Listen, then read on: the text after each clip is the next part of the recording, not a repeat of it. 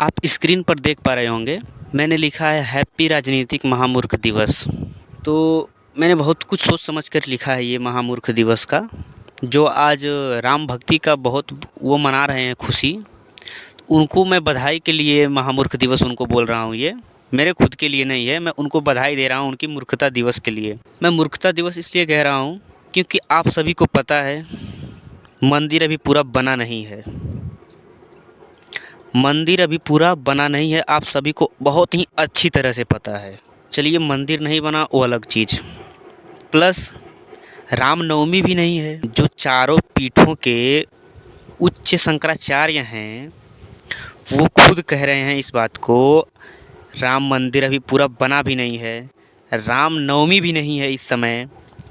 तो उद्घाटन का मतलब साफ है कि इसका राजनीतिकरण किया जा रहा है, इसका राजनीतिक फ़ायदा उठाया जा रहा है। और अगर आप इसमें सहयोग है दे रहे हैं, इसका साफ मतलब है एकदम मूर्ख हैं और बिना कुछ सोचे समझे भेड़ बकरी की तरह खुशियाँ मना रहे हैं। अरे किस चीज़ की खुशियाँ मना रहे हो भाई?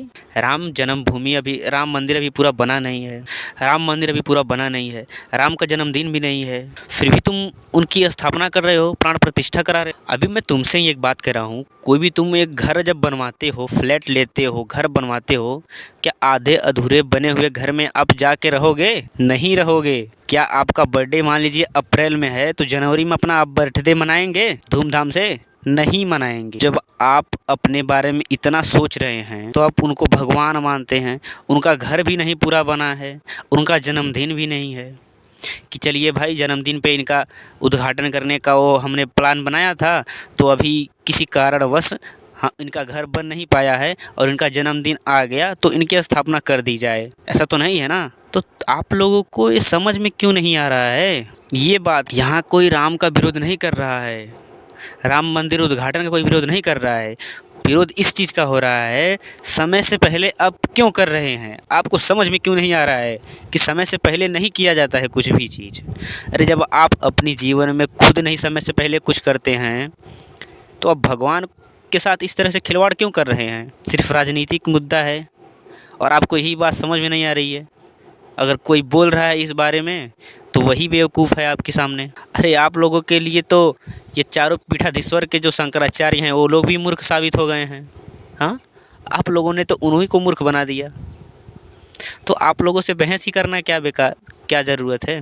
नहीं, आप खुद बताइए, आप कहीं एक मकान लेते हैं, बनवाते हैं, तो जब तक उसमें पूरी तरह से काम हो नहीं जाते हैं तब तक आप उसमें रहने जाते ही नहीं हैं।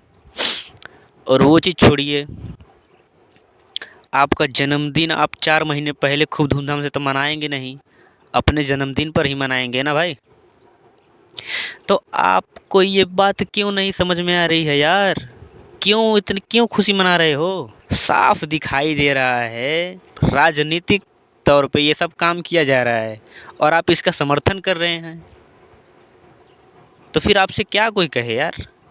भेड़ बकरी की तरह झुंड में शामिल होते जा रहे हैं, भेड़ बकरी बन गए हैं आप, भेड़ बकरी। आपने देखा होगा ना, 100 200 150 भेड़ों को जाते हुए एक साथ रहती हैं और उनका चरवाहा सिर्फ एक रहता है। उन सभी भेड़ों का चरवाहा सिर्फ एक रहता है। आज की दशा वही है भारत में कुछ लोगों की, भेड़ बकरी की तरह इकट्ठा हो गए हैं। उनका चरवाहा कौन है? मोदी, प्रधानमंत्री नरेंद्र मोदी। उनका चरवाहा कौन है? प्रधानमंत्री नरेंद्र मोदी। अगर वो इधर से गए और कह दिए इसमें कूदो अब, और वो साइड हो गए कह के, भेड़ बकरी की तरह बस कूद जाओ, ये आपकी काम हो गया है।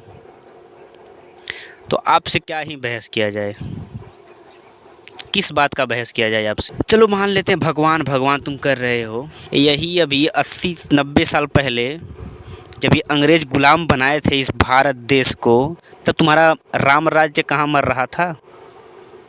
तब कहाँ तुम्हारा राम राज्य मर रहा था? ये 80-90 साल पहले की बात है। अभी 100 साल में भी पूरे नहीं हुए हैं गुलामी से आज़ादी मिले। 100 साल पूरे नहीं हुए तुम्हारी गुलामी से आज़ादी मिले, यही अंग्रेज आके गुलाम बनाए थे। तब तुम्हारे ये देवी देवता कहाँ मर रहे थे? मैं ये पूछ रहा हूँ आपसे। आप लोगों को समझ में नहीं आती है, छोटी सी बात नहीं समझ में आ रही है। मैं तो नहीं मानता हूँ किसी भी भगवान को, मैंने मानने से इनकार कर दिया। अब खुद देखिए ना, इस वीडियो में देखिए ना, वहाँ पे हाई लेवल सिक्योरिटी सुरक्षा इस बात का प्रमाण दे रही है कि भगवान नहीं होते हैं और ना ही भगवान में कोई शक्ति होती है जो इंसानों को बचा ले। ठीक है, अगर भगवान होते और भगवान में शक्ति होती इंसानों की रक्षा करने की, तो ये हाई लेवल सिक्योरिटी की ज़रूरत नहीं होती। क्यों भाई? आपके भगवान है ना, आपके भगवान में बहुत शक्ति है ना, सबको बचा लेंगे ना, तो ये हाई लेवल इंसानों की सिक्योरिटी क्यों लगा रहे हो? वो भी इंसानों को इंसानों से बचाने के लिए क्यों लगा रहे हो? आपके भगवान तो आ गए ना। हाँ, शोर तो मचा के रखा है ना 2 महीने से, शोर तो मचा के रखा है ना, आ गए ना आज, शोर तो मचा के रखा है ना। जब आ गए तो भगवान है, भगवान में तो बहुत शक्ति है ना, तो फिर ये हाई लेवल सिक्योरिटी की क्या ज़रूरत भाई? मुझे ये बताइए अब, अगर आपके भगवान हैं और वो आ भी गए हैं, भगवान आ गए हैं, भगवान में बहुत शक्ति है, तो फिर ये इंसानों की सुरक्षा लेकर क्यों घूम रहे हैं आप? क्यों घूम रहे हैं भाई? अगर इतनी शक्ति है आपके भगवान के अंदर, तो ये इंसानों की सुरक्षा का फौज लेकर क्यों घूम रहे हो? छोड़ दो ना भगवान के भरोसे। अगर तुम इतने ही सच्चे और अच्छे भक्त हो तो भगवान तुम्हें कुछ नहीं होने देगा, कुछ नहीं होने देगा तुमको तुम्हारा भगवान। और हाँ, अगर तुमने पाप किया तो भाई तुमको तो डर लगेगा, अगर तुम पापी हो, अन्यायी हो, तो तुमको डर रहेगा। तो इसका मतलब साफ है, आप ढोंग कर रहे हैं। आपको पता है ना भगवान होता है और ना ही भगवान में शक्ति होती है, तभी तो आप इंसानों से अपनी सुरक्षा करवा रहे हैं। अगर होता है आपका भगवान और आपके भगवान में बहुत शक्ति है, तो देश गुलाम कैसे बन गया बताइए ना? तभी उसके 500 साल, करोड़ों साल से भगवान है ना इस भारत भूमि में, तो ये अपने देश के लोगों को और अपने देश को जब इंसानों से गुलाम होने में नहीं बचा पाए, तो बताइए किस आधार पे मैं मानूं कि आपके भगवान राक्षसों से आपकी रक्षा कर लेंगे या फिर राक्षसों से इंसानों को बचाते थे? इंसानों को इंसानों से गुलाम होने में नहीं बचा पाए, तो मैं कैसे मान लूँ कि आपके भगवान में इतनी शक्ति थी कि वो राक्षसों से इंसान की रक्षा करते थे, राक्षसों को मारकर। वो भी दूसरे देश के लोग आकर तुम पर राज किए कई साल, 200-300 साल तक तुमको गुलाम बना के रखा, तब तुम्हारे भगवान कहाँ विलुप्त हो गए थे भाई? और आज जब इंसानों ने आज़ाद करवा दिया और आज खुशी से रहने लगे, तो आज कह रहे हो भगवान आ गए, भगवान आ गए। भेड़ बकरी की तरह झुंड में बस शामिल होते जाओ, शामिल होते जाओ। हम शामिल क्यों हो रहे हैं, हमें क्यों होना चाहिए, इस पर विचार मत करो बैठ के। हाँ, बस सब लोग कुएं में कूद रहे हैं तो हम भी कूद रहे हैं, हम बच कर हम क्यों बचे भाई? सब लोग कहेंगे कि ये तो देखो कूद नहीं रहा है। अरे भाई, जो कूद रहा है उसको कूदने दो ना। अगर आप में समझ है, सूझबूझ है, तो आप मत कूदो, मैं ये कहता हूँ। क्या ज़रूरत है? आपको पता है कुएं में कूदने से आपका फ़ायदा होगा नहीं, कुछ नहीं होगा, ज़िंदगी का मतलब ही नहीं है कुछ कुएं में कूदने से। कुएं से जब बाहर निकलेंगे, जानेंगे, तब तो ज़िंदगी का कुछ मतलब है। तो नहीं, बस भेड़ बकरी की तरह चलते जाओ, चलते जाओ। चरवाहा तो आगे खड़ा ही है ना, कह दिया चरवाहा इस खेत में चरना है तो चरना है, बस क्यों चरना है नहीं पता। दिन भर तो चर ही रहे हो, दिन भर का मतलब जैसे भेड़ बकरी दिन भर तो रोज़ चरती हैं, वैसे तुम भी तो रोज़ ही चरते हो ना। तुम्हारा कुछ भला हुआ है क्या? हाँ, अगर कुछ भला हुआ तो भाई मुझे उदाहरण बताओ, बताओ उदाहरण। और मैं क्यों मानूँ भाई तुम्हारे राम को, मैं क्यों मानूँ तुम्हारे भगवान को? मैं नहीं मानता हूँ, मेरे पास उदाहरण है। मैं इसलिए नहीं मानता हूँ क्योंकि जब वह राम युग में, मैं चलो राम युग ही कहता हूँ, ये द्वापर त्रेता ये सब मैं नहीं जानता, मैं नहीं कहूँगा। जब राम पैदा हुए थे तुम्हारे, अवतार तो नहीं लिए हैं, सबको पता है वो पैदा हुए हैं, तो मैं यही कहूँगा जब आपके राम पैदा हुए थे, वो राजा बने, ठीक, और वो नहीं राम राज्य ला पाए, वो लाए ही नहीं, तो तुम मूर्खों की फौज राम राज्य ला देगी? तुम मूर्खों की फौज राम राज्य ला देगी? थू है यार तुम्हारी सोच पर। राम राज्य, राम राज्य में क्या होगा क्या? हाँ, शाम को दारू पी के बीवी को रात को मारोगे, यही है तुम्हारा राम राज्य ना? दारू पी कर आओगे शाम को, और किसी ने कह दिया तुम्हारी बीबी यहाँ गई थी घूमने, वहाँ गई थी घूमने, पीटने लगे। किसी ने कह दिया क्यों पीट रहे हो भाई, तुम तो बहुत बड़े राम भक्त हो, तो जवाब क्या देते हैं पता है? हाँ राम भक्त हूँ तभी तो पीट रहा हूँ। राम ने भी समाज की बात सुन के अपनी बीवी को जंगल में भेज दिया था, अपनी पत्नी को। तो मैं तो सिर्फ पीट रहा हूँ, मैं तो कम से कम घर में रखा हूँ, अपने घर में पीट रहा हूँ, उसको सुधार रहा हूँ, समझा रहा हूँ। राम ने तो वनवास भेज दिया था जंगल में अपनी पत्नी को। तो वैसे ऐसे मूर्ख हैं राम भक्त।